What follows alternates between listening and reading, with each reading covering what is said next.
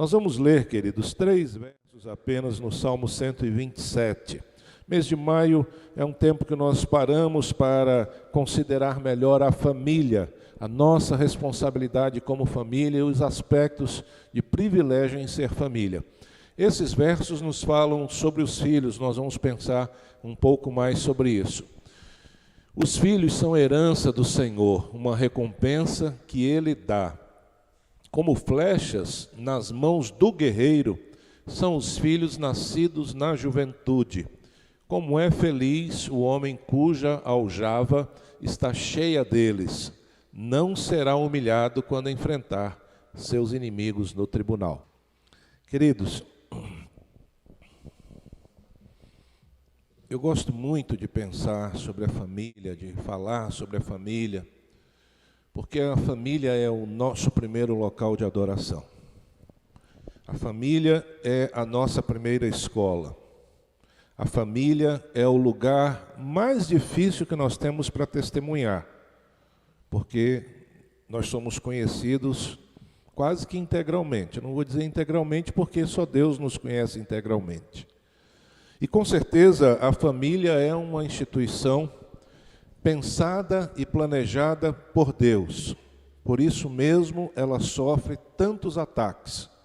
Como a palavra de Deus sofre ataque desde o seu princípio, como o povo de Deus sofre ataque sempre, sempre. E como muitas vezes as pessoas conseguem torcer, parecer que o certo é errado e o errado é certo. Então nós precisamos sempre refletir sobre a família, sobre a importância da família. E eu queria pensar com vocês nesta hora também um pouco mais sobre isso.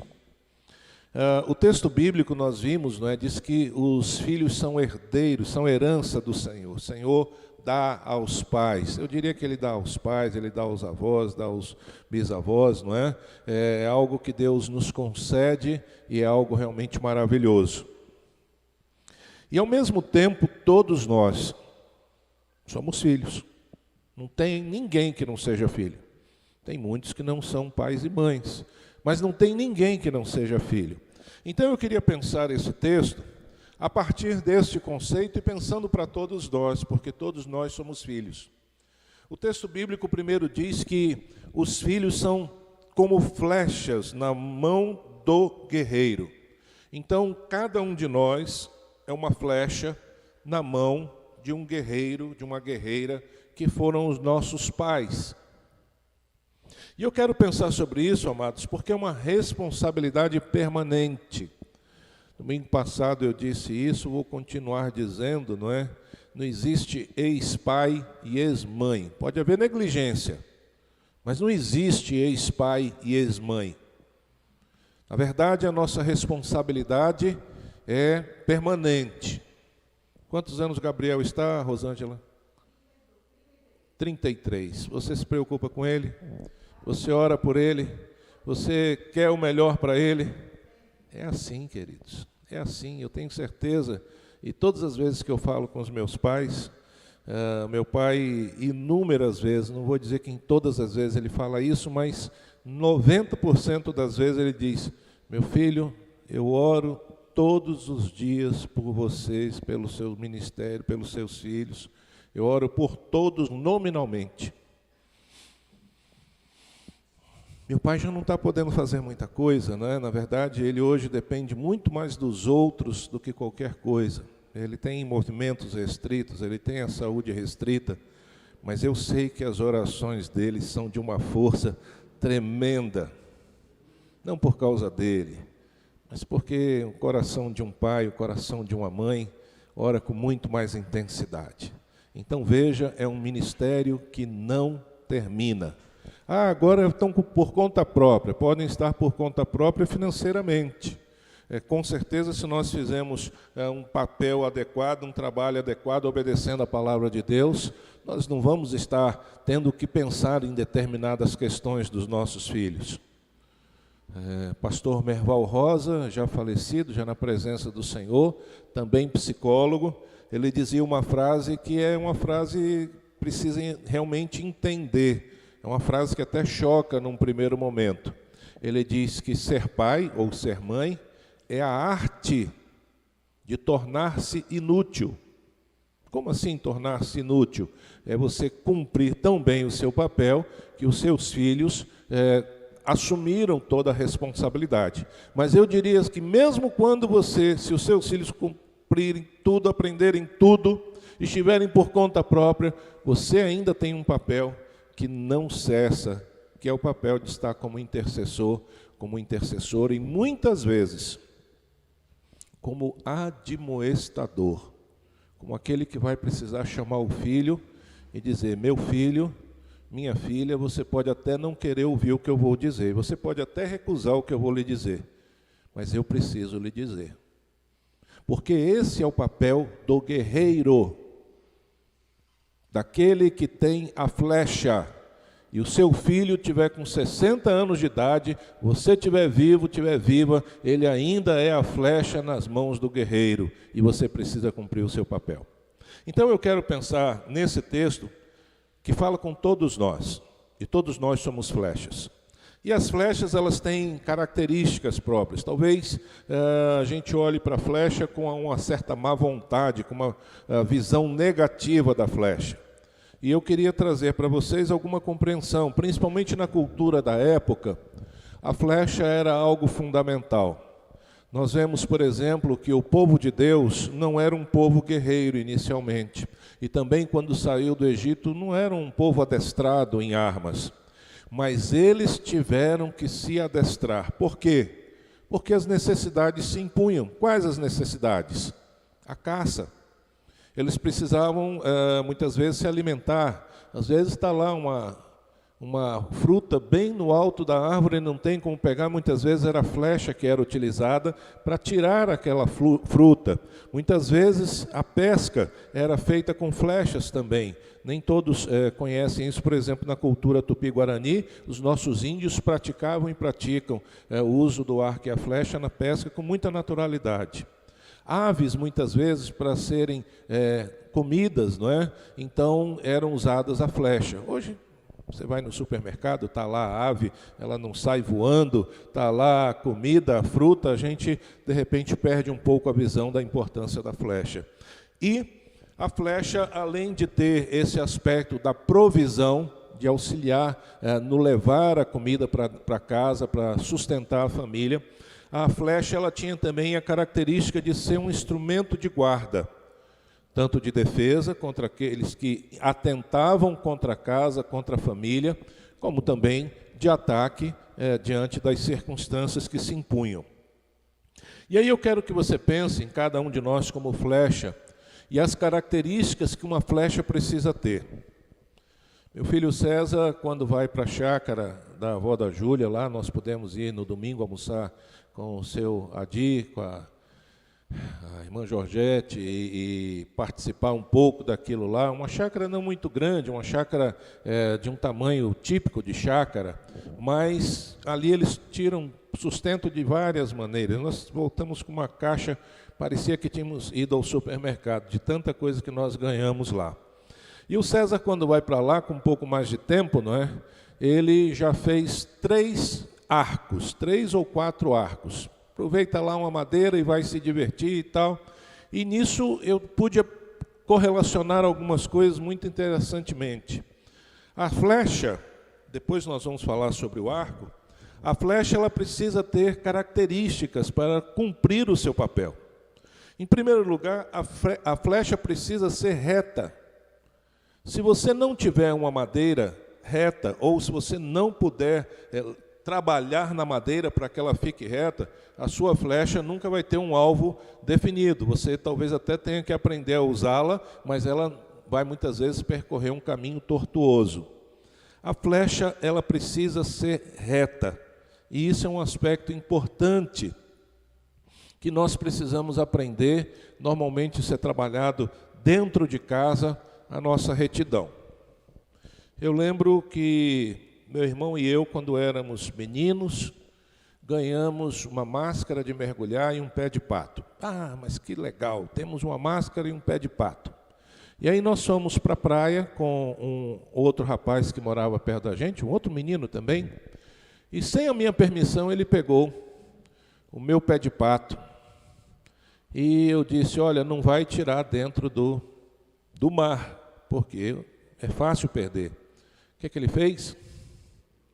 Exatamente o que não podia fazer. E eu fiquei sem o pé de pato.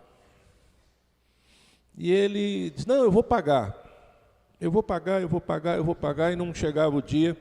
Um dia nós estávamos brincando ali na rua, aquela brincadeira de boca de forno, não sei quantos conhecem, né? Tem a pessoa que diz que dá ordem e os outros têm que fazer. E o que eu fiz quando eu fui o manda-chuva lá? A mãe daquele rapaz estava passando, e eu não medi as consequências. Vocês vão lá pedir à mãe do fulano, não importa o nome, que ele está me devendo o pé de pato.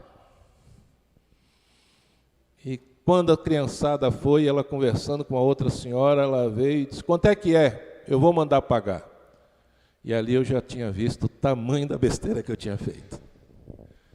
Quando tocou a campainha de casa, e a funcionária dela tinha ido levar lá o dinheiro, disse, olha, não vou lembrar nem o nome dela, dona fulana mandou entregar aqui o valor do pé de pato. Minha mãe, o que é isso?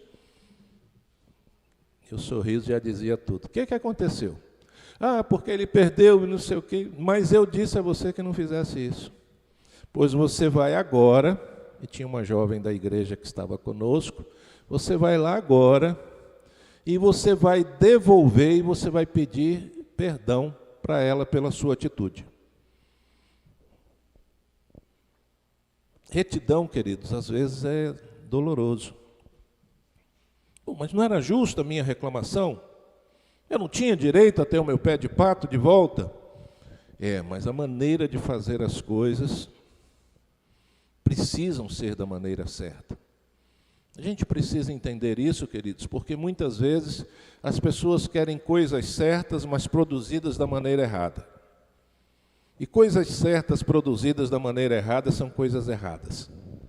Nós queremos que todos os cidadãos tenham condição de ter um prato de comida, mas fazer isso usando métodos errados está errado. Ah, então eu vou pegar ali aquela empresa de supermercado que é muito rica, vou lá, vou quebrar tudo, vou tirar aquilo ali e vou distribuir para todo mundo. Ah, que lindo. Não, está errado. Retidão, muitas vezes, significa nós sermos trabalhados. E normalmente é com uma lâmina bem afiada que a retidão de uma flecha, ela é trabalhada. Hoje eu tenho um pé de pato. Não tenho muita chance de usar, mas eu tenho pé de pato. Fiquei muito tempo sem o pé de pato e tive que considerar muitas vezes o meu erro por conta daquilo. Uma flecha, ela precisa ter direção. Se a flecha não tem direção, e mesmo ela sendo reta, isso não é a garantia de que ela vai ter direção. Por quê? Porque quando ela é lançada, ela vai enfrentar o vento, ela vai enfrentar a resistência do ar, que é diferente do vento, ela vai enfrentar algumas situações, e pequenas, por mais que ela seja reta, ela vai ter falhas. Então, a variação da madeira, um nozinho que fica escondido, pode fazê-la pender para um lado e para o outro. Para que isso não aconteça, essa é a razão das penas, não é? Normalmente são penas colocadas ali no fundo da flecha, por isso que é colocado, não é para ficar bonitinho, não. Elas é que dão a direção para que a flecha tenha uma espécie de leme e permaneça na direção que ela foi empurrada. Nós precisamos de ter direção. E a direção é a educação que nós recebemos dos nossos pais. Eu falei do pé de pato, lembro de conversar com um amigo em Brasília, já com mais de 50 anos, eles tinham na época, isso já faz um bom tempo, e ele me contou de uma atitude dele quando ele falou a respeito de uma outra pessoa de uma maneira desrespeitosa, e o seu pai, naturalmente, pela cultura da época, pela atitude dele, lhe deu um tapa no rosto. Principalmente porque A palavra daquele homem, quando era pequeno, apontava para uma corrupção que ele estava começando a nutrir no seu coração. E ele diz que aquele tapa que foi violento, que foi desagradável, todas as vezes em que ele pensava em caminhar um pouquinho fora do rumo, ele lembrava daquele tapa e aquilo ali o trazia de volta. Não estou defendendo de maneira alguma o uso de violência. Costumo dizer que eu bati muito pouco nos meus filhos. E hoje, se eu fosse repetir com a mentalidade que eu tenho hoje, eu acho que eu faria menos ainda. Acho que a correção precisa ser devida, não pode faltar correção. E a gente precisa entender a diferença entre uma coisa e outra. Mas isso em relação à flecha que nós estamos vendo, os nossos pais, e aí eu falo para nós como filhos, e ao mesmo tempo falo a muitos como pais e futuros pais. Nós não podemos faltar com a instrução que dá direção aos nossos filhos. Ah, não, mas a escola faz. Não, a escola dá conhecimento. Eu diria que é o contrário até do que a sociedade pretende. A escola, talvez pela aglomeração, essa palavra hoje é tão feia, não é, dentro do contexto sanitário, que talvez seja a melhor palavra para nós pensarmos em termos de escola. Talvez pelo número de alunos ali, com faixas etárias diferentes, seja um lugar que traz o conhecimento, mas que na maioria das vezes traz uma desinstrução. Se é que existe, podemos usar essa palavra. Eu fiquei surpreso quando os meus filhos, mesmo estudando num colégio batista, mas era um colégio que tinha pessoas, e mesmo pessoas evangélicas, e eles conheceram, souberam, viram, graças a Deus que eu saiba, nunca usaram, conheceram droga na mão de alguém dentro de uma escola. O bullying, 90% das vezes acontece dentro da escola. Então, nós colocamos muitas vezes a escola como algo, um santuário do conhecimento, mas ali também é uma exposição a coisas indevidas, seja entre alunos ou às vezes até de professores que corrompem aquilo que os pais ensinam. E isso, infelizmente, está cada vez mais em voga. A instrução que os pais dão, ela é fundamental na vida. E eu diria para você, filho, nenhum professor, nenhuma professora, por mais instruído que seja, vai lhe dar, em termos de instrução, não de conhecimento, mas de instrução, algo que seja superior, no mínimo em amor, que o seu pai e a sua mãe lhe dá. Infelizmente, a nossa cultura idolatra tanto o ensino superior, e isso está acontecendo agora a partir do ensino médio, que muitas vezes os nossos filhos trocam o conhecimento recebido em casa, que é terrivelmente atacado por aqueles que se dizem professores, e esse conhecimento é substituído por coisas que normalmente desconstroem aquilo que a palavra de Deus ensina. Nós não podemos faltar com a instrução. E aí eu volto a dizer, mesmo sendo todos nós flechas, nós temos responsabilidade com os nossos filhos, independente da idade que nós tenhamos ou que eles tenham. Nós temos responsabilidade com os netos. Ainda creio, vai demorar um tempinho para eu chegar à condição de avô. Mas você, avô, você, avó, você tem um exemplo que muitas vezes vai falar mais alto do que os próprios pais. Me recordo do meu bisavô, um homem franzino, um homem magrinho, um homem pequeno em estatura, mas um gigante em termos de fé. Quando eu era criança, eu não admirava. Eu estava normalmente brincando com a minha prima ali, ele tomando seu banho de sol, e tinha uma Bíblia bem grande para ele poder ler, e ele queria que eu ficasse ali com a minha prima ouvindo a leitura da Bíblia. Ora, para criança aquilo ali não, de jeito nenhum. Então eu achava naquela idade que ele era desagradável. Mas ao mesmo tempo, quando eu busco, e não agora, já há bastante tempo na minha memória, a lembrança de coisas que são positivas na família, o exemplo dele vem de uma maneira muito significativa e fala muito alto.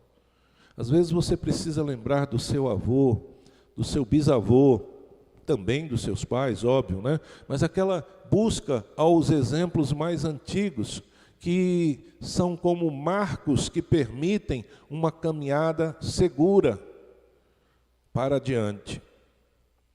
Infelizmente, hoje o que nós vemos muitas vezes, porque o conhecimento em determinadas áreas tem se modificado muito rápido, nós vemos uma desconstrução da imagem dos mais velhos. Eu lembro que meus pais, quando estavam na idade que eu estou, na minha cabeça eu achavam que eles eram tiranossáuricos. Hoje eu me vejo com 55 anos, com a alma às vezes de menino, acredite, você que é mais novo, é assim que nós somos, é assim que o ser humano é. E nenhum de nós, em época alguma, gosta de ser desconsiderado. Então nós precisamos, da mesma forma, praticar isso com aqueles que são os guerreiros da nossa história. Nós somos flechas nas mãos do guerreiro, e a flecha deve valorizar o guerreiro que a produziu, o guerreiro que a tornou reta, o guerreiro que lhe deu direção, o guerreiro que trabalhou na sua característica. Eu queria ainda falar de 2 aspectos, completando 4, da flecha. A flecha ela tem que ser afiada.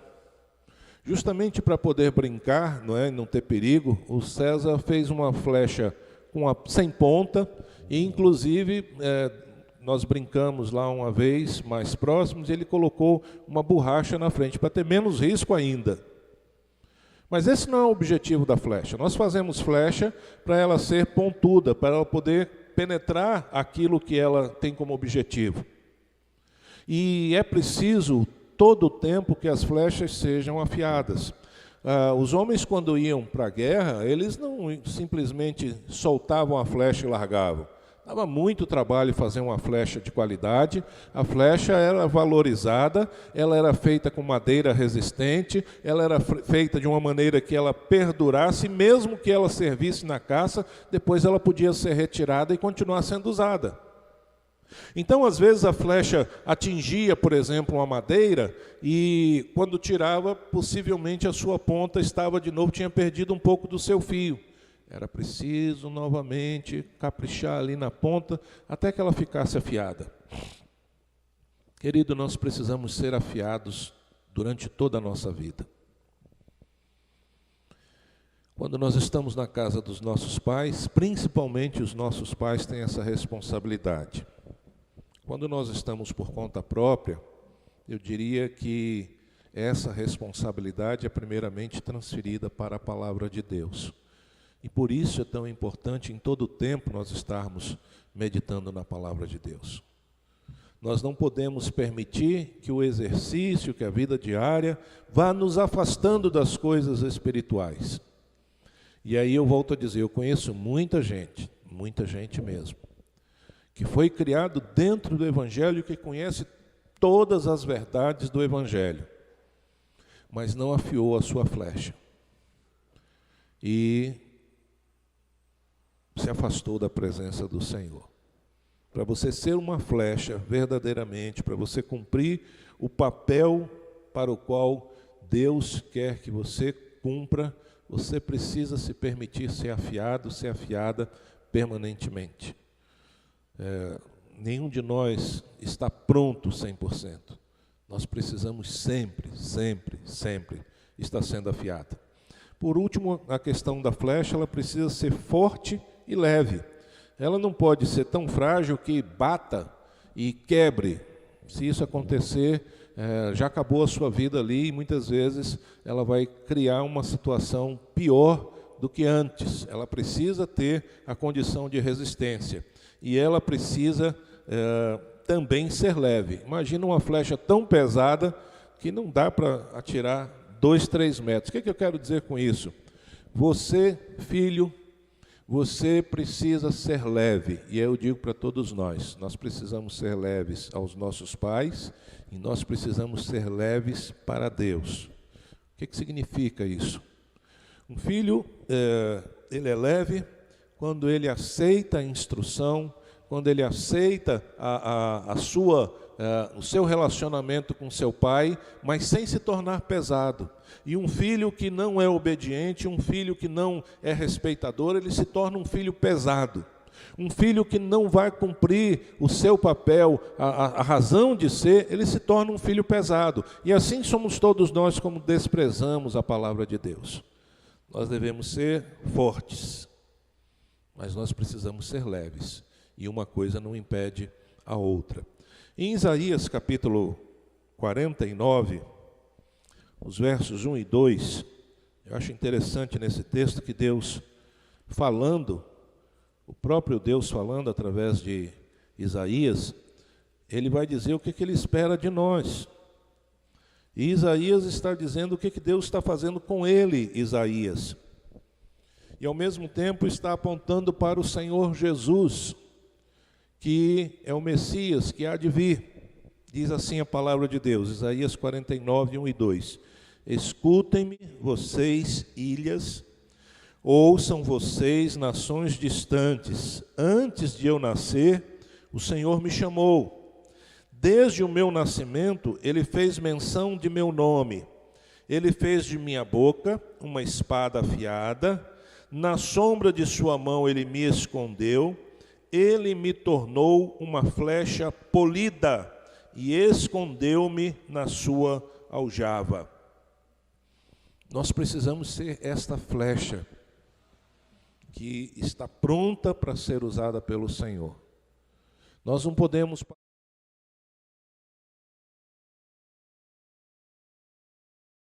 cumprir o nosso papel, voltar para a aljava, mas nós precisamos nos submeter à ação que Deus quer realizar na vida de cada um de nós. Mas se tem uma flecha, por trás tem um arco. E o arco é ele quem vai projetar a flecha. E aí, mais diretamente, vem a figura dos pais. O arco, ele de igual forma precisa ser extremamente resistente. O arco vai sofrer uma pressão muito grande. Ele não consegue lançar uma flecha longe se ele não for submetido a todo um esforço. E, queridos, ser pai, ser mãe, acredite, é um esforço muito grande. E eu quero falar com todos nesse instante. Por que com todos? Porque mesmo nós que já somos pais, às vezes nós precisamos resolver situações que estão lá no tempo de quando nós éramos filhos. Todo filho olha para o seu pai, para a sua mãe, primeiro como sendo gigantes. A criança nasce tão pequenininha que o pai e a mãe é gigante. E isso desenvolve no filho uma sensação de que o seu pai e sua mãe são perfeitos. Um momento bem difícil na história de todos nós são quando nós chegamos ali na fase da adolescência e começamos a perceber os erros dos nossos pais. Nós começamos a ver que os nossos pais não são perfeitos. Os nossos pais muitas vezes falam mentiras, mesmo que seja para contornar uma situação. Dia das Mães, né? Semana passada, e alguém teve a coragem de fazer uma gracinha com as mães. Diz que o filho levou a mãe para ver numa joalheria e disse assim: qual anel que você quer, mamãe? E a mãe escolheu e falou: na volta a gente compra. Porque muitas vezes é o que o pai e mãe faz, não é? Ah, papai, eu quero isso. Na volta a gente compra. Aquilo ali é um drible, né? Para poder a criança distrair. É uma mentira. O ideal seria que o pai falasse de outra maneira, a mãe falasse de outra maneira, mas normalmente vai trazer um choro de uma incompreensão. Então, não estou dizendo que está certo, mas muitos pais fazem isso. Então, quando o filho começa a perceber que o pai e a mãe não têm esse caráter tão completo, tão perfeito assim, a gente começa muitas vezes a rejeitar os nossos próprios pais. E às vezes há situações ainda mais complicadas em que os nossos pais erram de maneira grosseira. Pais muitas vezes erram de maneira grosseira. Pais muitas vezes batem com raiva. Pais muitas vezes descontam situações que não têm a ver com os filhos e que os filhos nem sequer entendem por que estão passando aquilo. Pais, mães, não é? Nós estamos falando dos dois, muitas vezes vão descontar o conflito que o casal está passando nos filhos. E isso é complicado, isso é doloroso. Eu quero dizer para você, todos são filhos. Eu comecei a entender algumas coisas quando eu comecei a perceber com que idade os meus pais tinham casado. Depois eu fui perceber com que idade os meus pais tinham tido filhos. Meus pais casaram com 21 anos. Claro, antigamente a sociedade trabalhava, eu também casei com 21 anos, não é? Mas a sociedade colocava a pessoa de 21 anos já numa situação assim, quase que profissionalmente definido, já se sustentando, já tudo mais. Hoje em dia, por diversas circunstâncias, isso não tem acontecido tão rápido.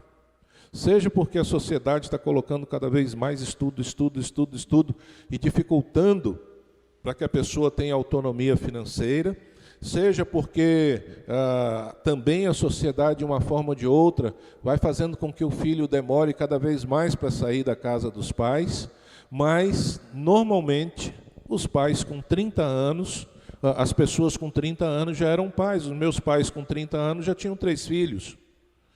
Então eu diria que eram pessoas extremamente jovens, que não passaram por nenhuma faculdade para ser pai e mãe, que nunca tiveram, além da palavra de Deus e do referencial da sua família, palavras claramente instruindo, ninguém passa por isso, que nos ensine a ser pais.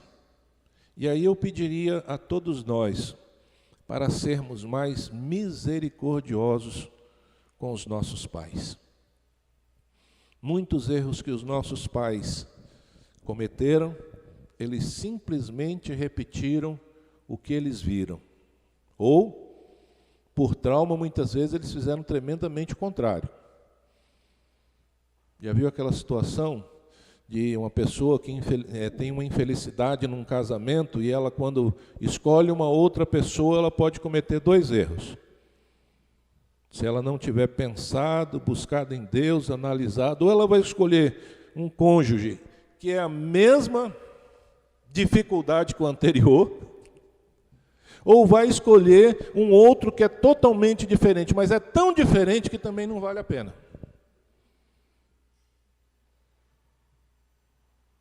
Dando um outro exemplo para poder ser um pouco mais explícito. Isso acontece com a igreja, quando vai fazer sucessão. Conheço igreja que o pastor ficou até quase 80 anos, e naturalmente uma pessoa com 70, 80 anos não vai ter a mesma velocidade. A própria fala não sai na mesma rapidez. E aí a pessoa diz, não, esse pastor já está muito velho, já está caquético, esse pastor já está falando demais, demorando muito. Não, vamos pegar um pastor jovem. E muitas vezes pega o pastor jovem, não que o pastor jovem não seja um homem de Deus, não seja alguém que possa fazer um grande ministério, mas normalmente eu quero que vocês entendam, não é porque eles querem um pastor jovem pela essência, pelo trabalho, eles querem por rejeição àquele outro. E aí quando um jovem vem com a característica jovem, muitas vezes inexperiente em vários aspectos, eles não querem aquele ali também. Ou ao contrário, a igreja pegou vamos pegar um pastor mais velho. E fazem as escolhas não com sensatez, mas pelos motivos errados. Então é importante nós pensarmos nisso, queridos, porque ao mesmo tempo que todos nós somos flecha, todos nós tivemos os nossos arcos. E alguns arcos, eles foram inadequados. Os pais têm defeitos, os pais cometem erros, e nós precisamos aprender a perdoar os nossos pais. Sempre que eu trabalho com casais, o mais recente que eu trabalhei agora foi o Tiago Amaral e a Carol. Eu sempre, quando reúno com casais que vão casar, eu digo, olha, você já está preparando a sua mala? Com 1 ano de antecedência, às vezes com 6 meses. Não, pois comece a preparar a sua mala. Eu não estou falando de roupa. Muitas vezes a gente precisa olhar para os nossos pais e entender que tem coisas que nós precisamos deixar. E nós precisamos resolver as coisas na casa dos nossos pais. Casais que muitas vezes vão para o casamento e não resolveram conflitos com os pais, vão viver conflitos no novo relacionamento, que nada mais são do que o reflexo daquilo que está no passado. É preciso você aprender a perdoar. Já mencionei em outra ocasião, preciso fazer novamente a menção. Um casal, o marido me procurou pedindo ajuda. A esposa desconfiava muito dele. E eu conversei com a esposa, pastor, eu não confio no meu marido. Meu marido me trai, meu marido sempre me traiu. Ele pode até não ir, quando ele está sempre olhando, ele está sempre... Vamos chamar o marido. E o marido, pastor, não é verdade. Eu já passei vergonha pública, porque ela desconfia de pessoas. Às vezes eu estou sendo simpático com a garçonete, pois ela cria dificuldade. Eu estou, às vezes, num evento, numa festa, cria dificuldade. E, pastor, não existe isso. E eu percebi que havia sinceridade naquele marido falando. Voltei para conversar com a esposa. E aí, queridos, a gente tem que buscar lá no que está bem escondidinho, né? E comecei a conversar com ela, tal, como é que foi, o exemplo dos pais, né? Aí disse, pastor, meu pai levava a mim e meu irmão para o parque. Mas quando ele estava lá botando a gente para brincar de gangorra, brincar de balanço, ele estava paquerando as babás ou as outras mães. Eu cansei de ver meu pai fazer isso. E aquele momento ali, Deus me deu discernimento. E eu disse para aquela mulher, será que quando você está desconfiando do seu marido, será que não é em relação ao seu pai que você está nutrindo essa desconfiança? Ela regalou os olhos e as lágrimas começaram a brotar fartamente nos seus olhos. E ela teve consciência, ela disse, eu estou destruindo o meu casamento. Infelizmente, homens erram. Homens, infelizmente, numa incidência muitíssimo maior do que as mulheres, homens são infiéis, infelizmente. Mas às vezes, queridos, nós estamos repetindo os erros do passado. Também um outro homem, eu encontrei ele na rua, e aquela situação que você vai passando de carro, vê alguém a pé, ô fulano! Quando eu vi, não era a esposa que estava com ele. E aquele homem passou o domingo, ele não era membro, a sua esposa era, ele não apareceu. No outro domingo ele apareceu. E ele então virou-se para mim e disse, pastor, não, aqui não, nós vamos conversar, você vai amanhã na minha casa e nós vamos conversar lá.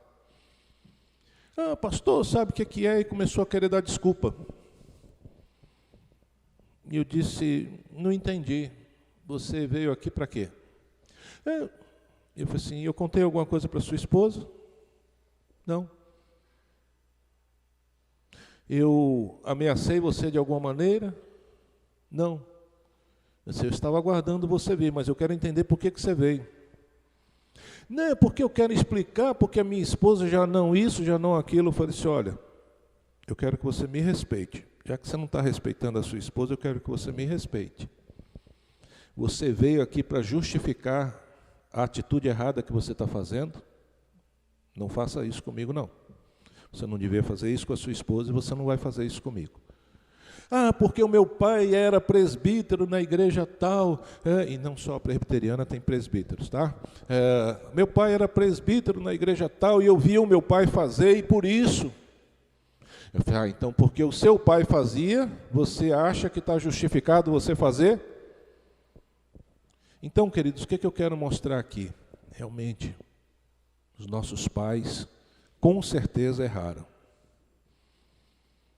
Eu já tive a ilusão, de ser um pai que não errasse.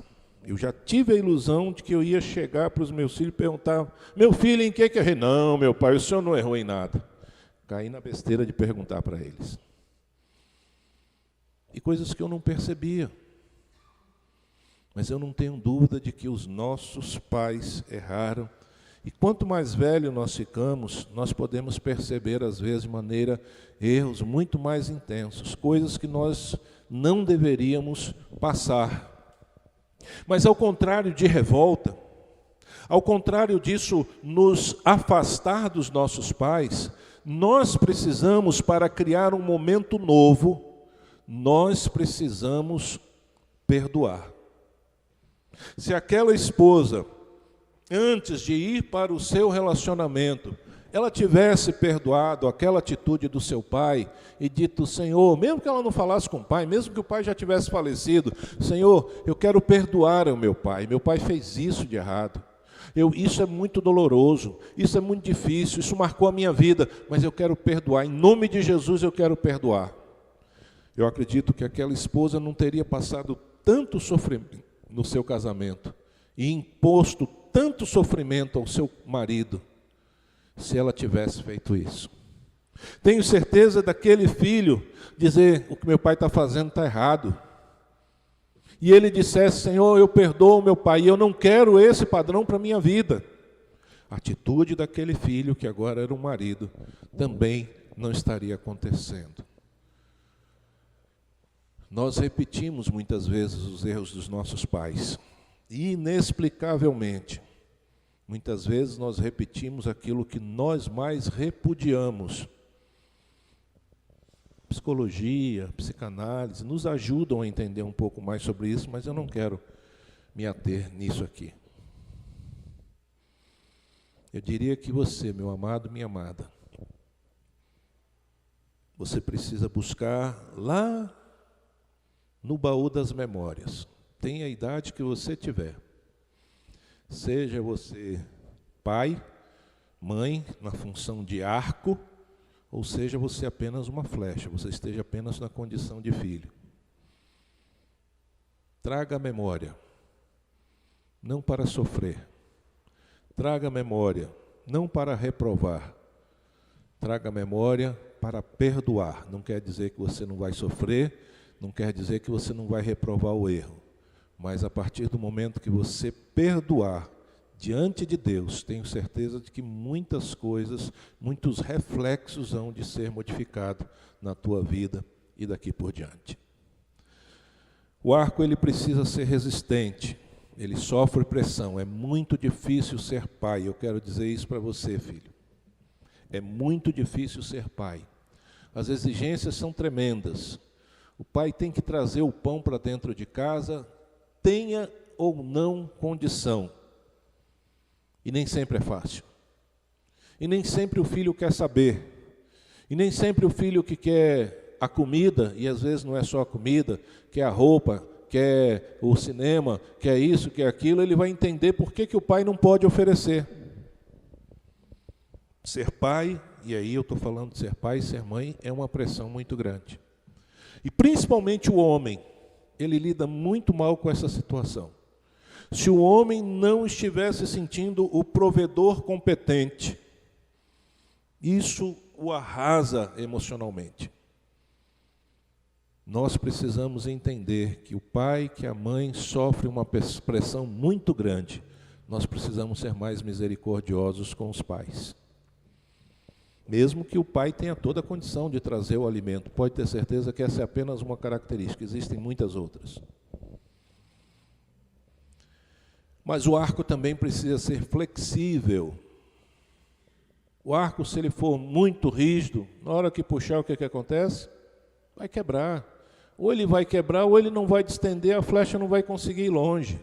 E muitas vezes os pais podem ser tão rígidos que criam dificuldades no relacionamento com os filhos.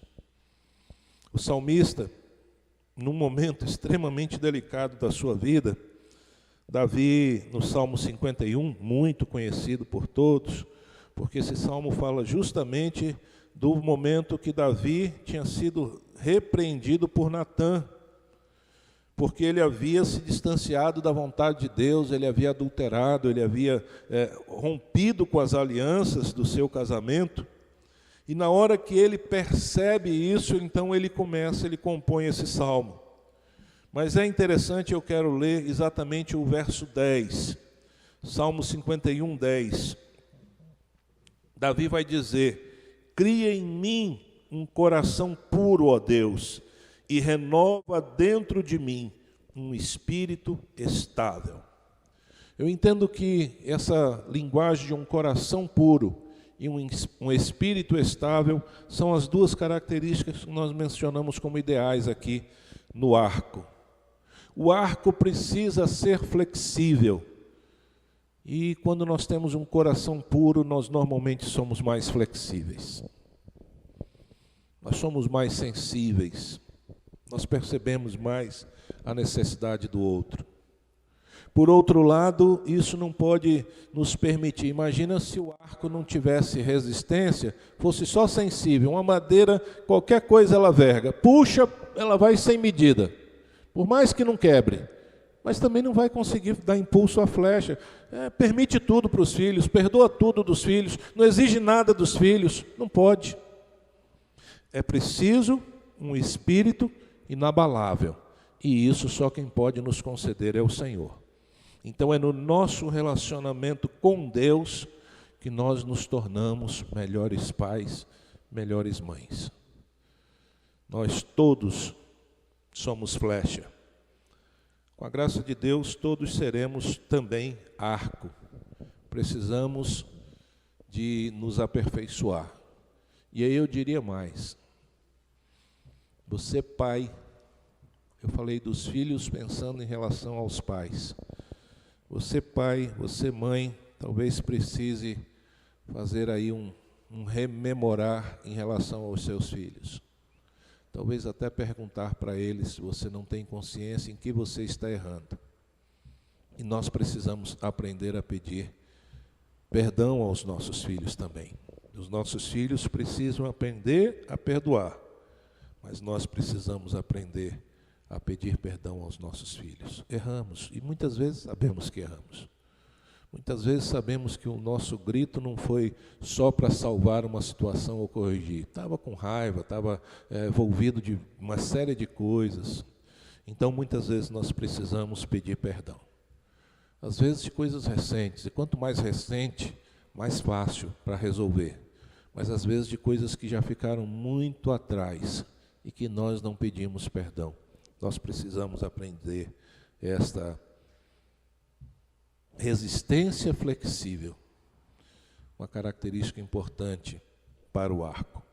Por último, amados,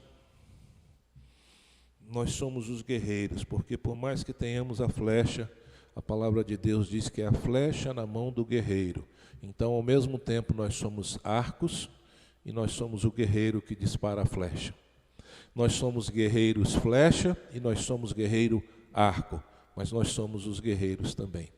E Deus um dia vai te usar, você que é flecha, você que é filho, Ele vai te usar como mãe, Ele vai te usar como pai.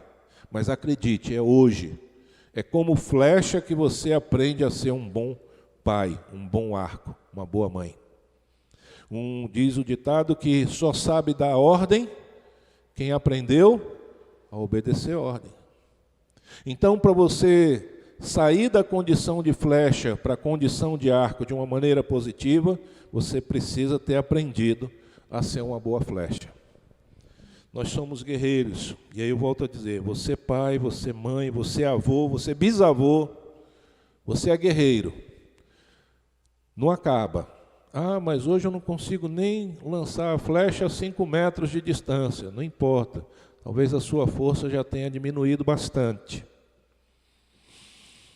Mas ainda assim o seu exemplo moral, seu exemplo espiritual deve ser resistente e deve ser flexível, com a capacidade de ser ainda bênção na vida da sua descendência.